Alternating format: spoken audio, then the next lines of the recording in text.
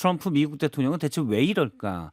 앞서 일부에서도 국회 재정경제위원회 위원장인 이미자 의원과 좀 얘기를 나눴지만 국제적인 시각에서 좀 더 깊이 보도록 하겠습니다. 한국에 대한 관세를 다시 올리겠다라는 트럼프의 압박, 그 배경을 들어볼 텐데요. 국립외교원장 출신이시죠. 조국혁 신당 김준영 의원이 스튜디오에 나와 계십니다. 안녕하십니까? 그러니까 예. 트럼프 글을 다시 한번 보고 저희가 예예. 어제 아침에 뉴스할 때 나온 글입니다.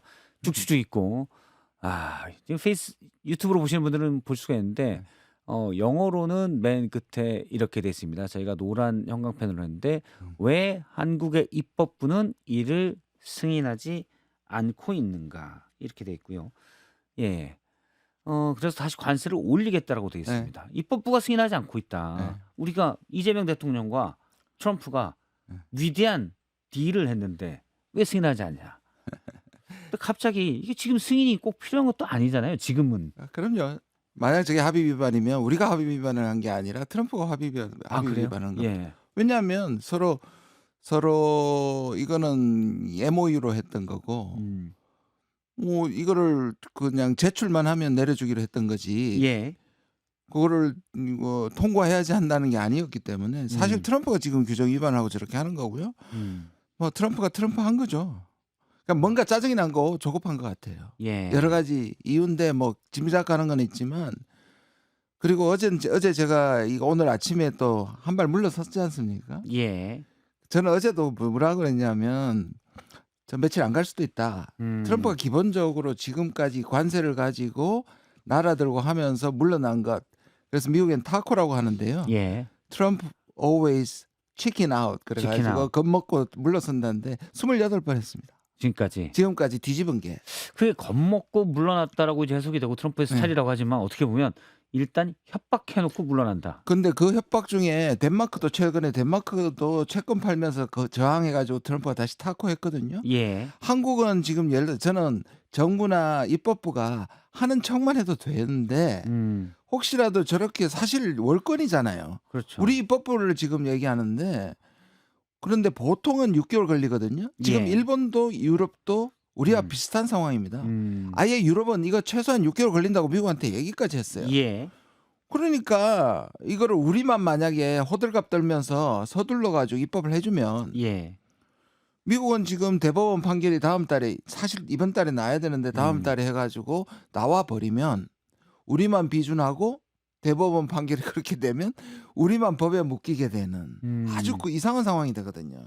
하는 척만 해야 됩니다. 지금도. 지금 미국의 대법원 판결이 2월에 예정이 네. 됐죠. 사실 1월 중순에 한다고 얘기했는데 여기도 이제 부담이 많으니까 미뤘습니다. 이건 이제 트럼프가 각국을 향한 상호 관세를 올린 게 법적으로 정당하냐 미국에서 보는 거죠.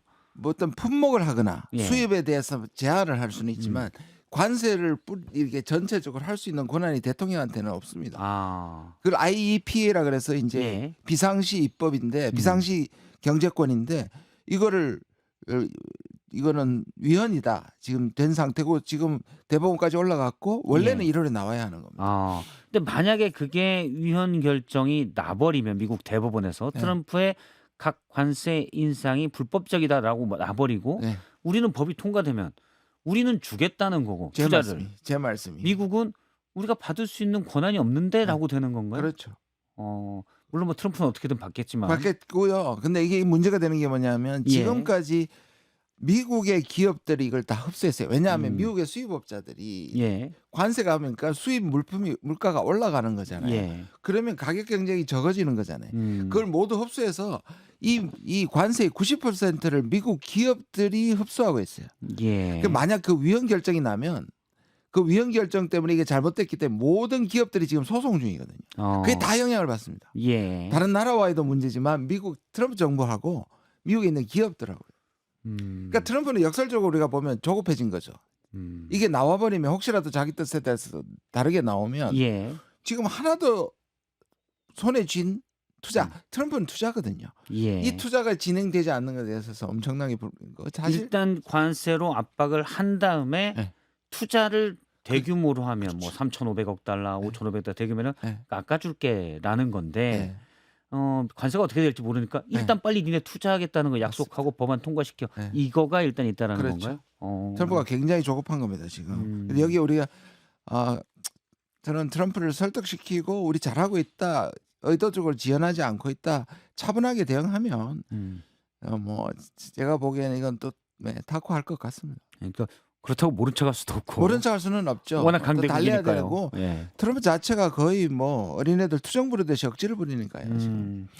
알겠습니다. 이거는 뭐 앞서 2월에 있는 미국 대법원의 트럼프 관세에 대한 판단 이거를 앞두고 네. 트럼프가 좀 조급한 것 같다. 그런 게 거기에다가 있고. 최근에 이제 그 캐나다 총리하고의 예. 문제 때문에 뭔가 좀 긁혔다라고 보여집니다. 음. 왜냐하면 이 다보스에서 두 사람이 극명하게 부딪혔거든요. 그러니까 마크 카니는 사실상 떨어지기 직전이었는데 이 관세 때문에 당시에 후보자하고 보수 쪽 후보자하고 20% 차이 났어요. 예. 근데 뒤집어져 가지고 당선이 됐거든요. 그런데 트럼프는 계속 51개 주라고 얘기를 하고 캐나다는 인도와 브라질과 함께 미국의 관세 압박에다가 저항하고 있는데 지금 트럼프는 그래서 여기를 옥죄기 위해서 미국의 자동차 회사들 다 철수시켰는데 예. 캐나다가 한국 자동차하고 손을 잡았고 지금 현대자동차 거기 가 있단 말이에요. 지금 손을 잡은 건가요? 그 잡기로 지금 하고 잡기로 있습니다. 지금 논의 중인 그러니까 거죠. 미국이 나가니까 독일하고 한국하고 지금 들어와라. 들어와라 하고 있거든요. 그러나 그게 지금 가 있단 말이에요. 또. 지금 뭐 캐나다 잠수함 할 때 현대차의 정의선 예. 회장도 지금 가 있어요. 그렇죠. 잠수함하고 그다음에 자동차도. 예. 예. 그러니까 이게 지금 트럼프가 제일 지금 하는 방법이 각계격파거든요. 나라별로. 그런데 마크 카니가 최근에 다보스에 얘기한 거는 중견국끼리 단결해야 된다. 그러니까 트럼프가 긁힌 거죠. 예. 이게 이제 화가 나는 겁니다. 그러면 한국 자동차 뭐 캐나다에 간다고? 잠수함 이거 수주하기 위해서 자동차까지 공장 들어간다고? 네. 내가 실컷 캐나다 칸이 압박해가지고 자동차 공장 뺀다고 그랬는데 이것도 기분 나쁠 수 있다 이건가요? 기분 나쁘죠. 그래서 제일 앞에 그냥 총 25% 해도 되는데 보편 예. 관세를 그냥 자동차 현대자동차 25% 놓고 그 다음에 상호 관세라고 얘기했잖아요. 게다가 캐나다는 지금 중국하고 전기차 가운데 또 협력하고 있어요. 예. 그러니까 트럼프가 더 초조해진 겁니다. 초조함 플러스 기분 네. 나쁜데 맛을 봐라. 맛을 봐라. 일단 근데 겁을 준다. 여기서 사실은 트럼프가 지금까지 관세 압박해놓고 올린다고 해놓고 철회한 게 지금까지 28차례입니다. 그러니까 우리 여기서 되게 차분하게 여기 말려들면 안 됩니다. 물론 우리가 뭐 큰일 났는데 난리 났는데 뭐 이렇게까지 할 필요는 트럼프의 습성상 네. 그럴 필요는 없다고 보지만 네.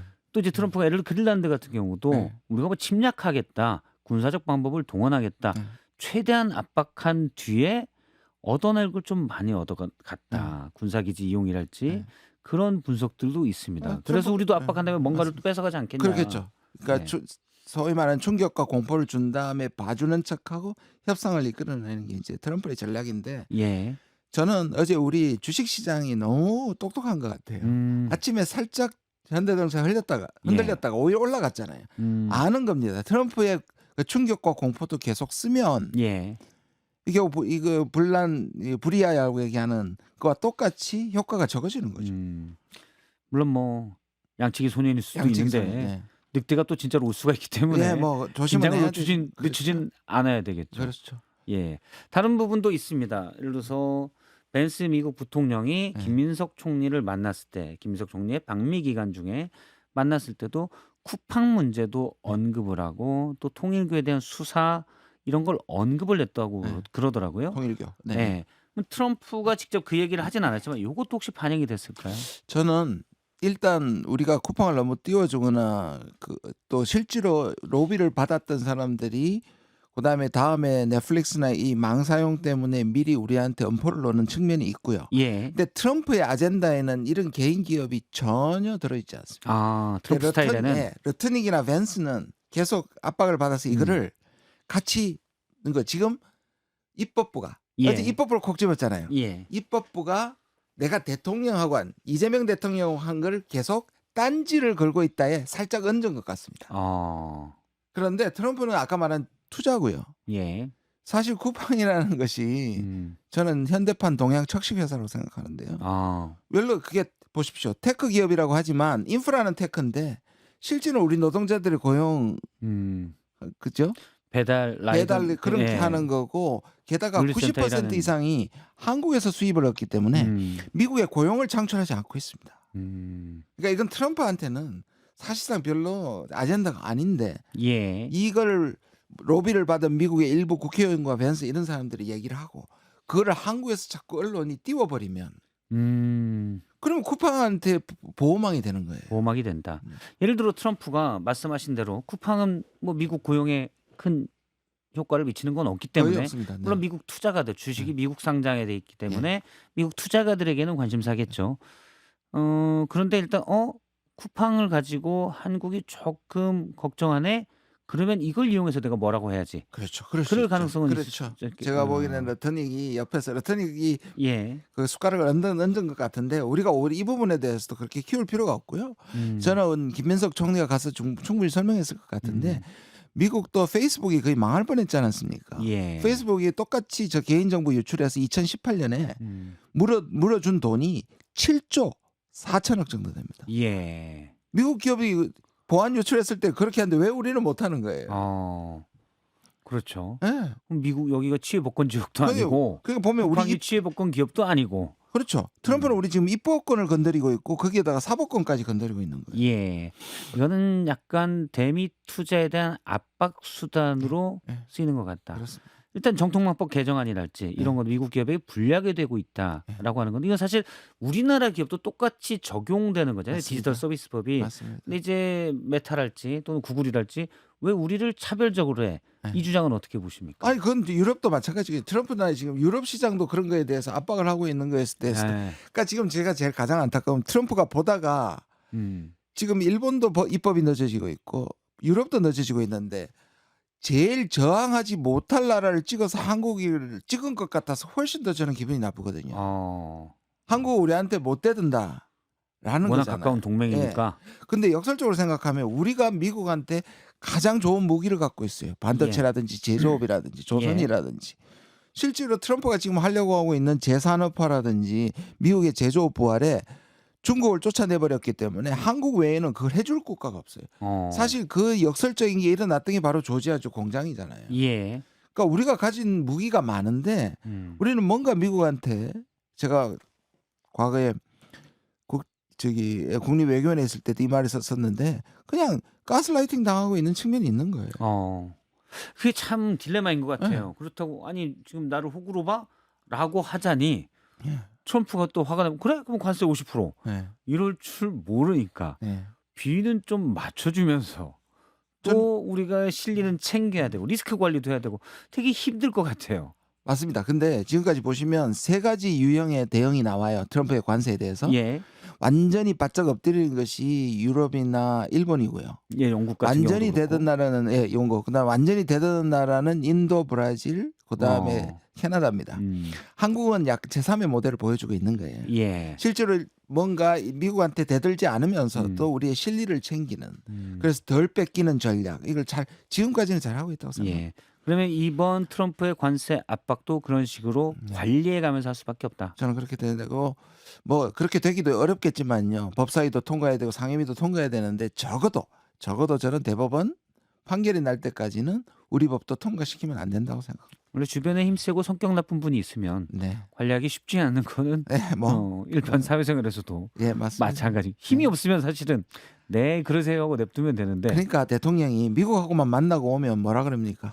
힘 길러야 되겠다고 얘기하지 않습니까? 그 탄식이 나올 수밖에 없는 거예요. 그렇죠. 네. 알겠습니다. 힘이 많기 때문에 예. 미국 내부 얘기도 좀 해보도록 하겠습니다. 지금 정말 말이 안 되는 상황들이 벌어지고 있어요. 미네소타 미니애폴리스에서 또 이민 단속 요원이 정말 등에다 대고 총을 쏴가지고 한 명이 사망했고 미국 내에서 시위가 커지고 있습니다. 네, 가지고 있습니다. 그래서 로이터가 실시한 여론조사에서 이거는 뭐 중앙선관위 찾아봐야 없습니다. 미국 거기 때문에 38% 트럼프 네. 지지율이 네. 떨어졌습니다. 네.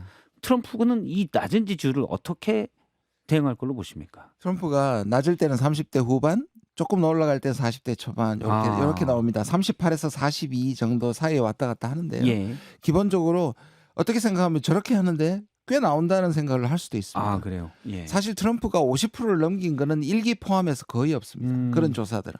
그럼 트럼프 이렇게 생각하겠죠.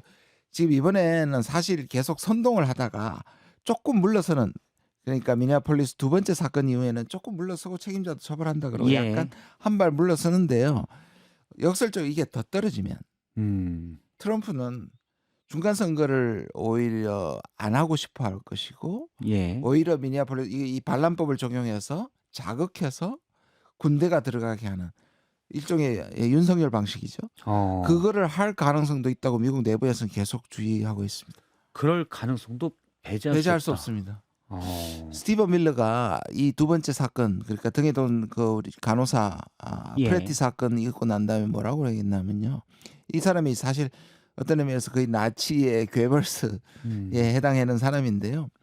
이 사람이 하는 얘기가 연방 요원은 면책 특권을 갖고 있다. 예. 이 면책 특권에 도전한 자는 중범죄다. 어. 그러니까 겁내지 마라. 라고 이런 선동을 합니다. 음. 그래서 만약에 누군가가 총을 가지고 아이스 요원에게 발포를 하는 사건이 일어나면 예. 이 걷잡을 수 없는 거죠. 그러면 이제 반란법 해가지고 들어갈 거예요. 이게 사실 트럼프가 처음에는 강경하게 얘기하고 그러다가 영상으로 이번 말씀하신 미네폴리스의 총격 사건 영상으로 많은 사람들이 확인하는데 이건 말이 안 되는데 라는 입장을 보이자 한풀 꺾이긴 했어요. 그렇긴 했습니다. 제대로 조사하겠다. 네. 이렇게 가는데 사실 미국은 총기를 일반 시민들도 허가를 받아서 가지고 있을 수 있기 때문에 네. 어떤 일이 벌어질지는 사실 트럼프 말대로 맞습니다. 알 수가 없는 거예요. 네. 어. 또 내부에서도 왜 그 사람이 합법적으로 총기를 소유했고 예. 거기를 뺏겼는데 막 총기 소유 자체를 불법인 것처럼 총을 쏜 이유인 것처럼 얘기한 게 마가 세력 내에서도 불만이 많았어요. 왜냐하면 트럼프하고 이 마가 세력은 총을 가져야 된다는 사람이죠. 그렇죠. 그러니까 그 사람이 합법적으로 총을 갖고 있는 사실을 문제 삼았던 데 대해서 내부 반발이 많았습니다. 공화당 입장은 총기 소유인데 네. 총을 가져도 된다고 해놓고 예. 총을 가지고 있어서 쐈다. 예. 이러니까 이제 공화당 내부에서 반발이 내부에서 있는 거죠. 반발했어요. 그것도 하나의 뒤로 물러선 한 중요한 이유 중에 하나 예. 같습니다. 트럼프가 워낙 전방위적으로 하고 있기 때문에 우리도 이제 미국 내에 이런 정치 상황도 좀 많이 봐야 될 것 같습니다.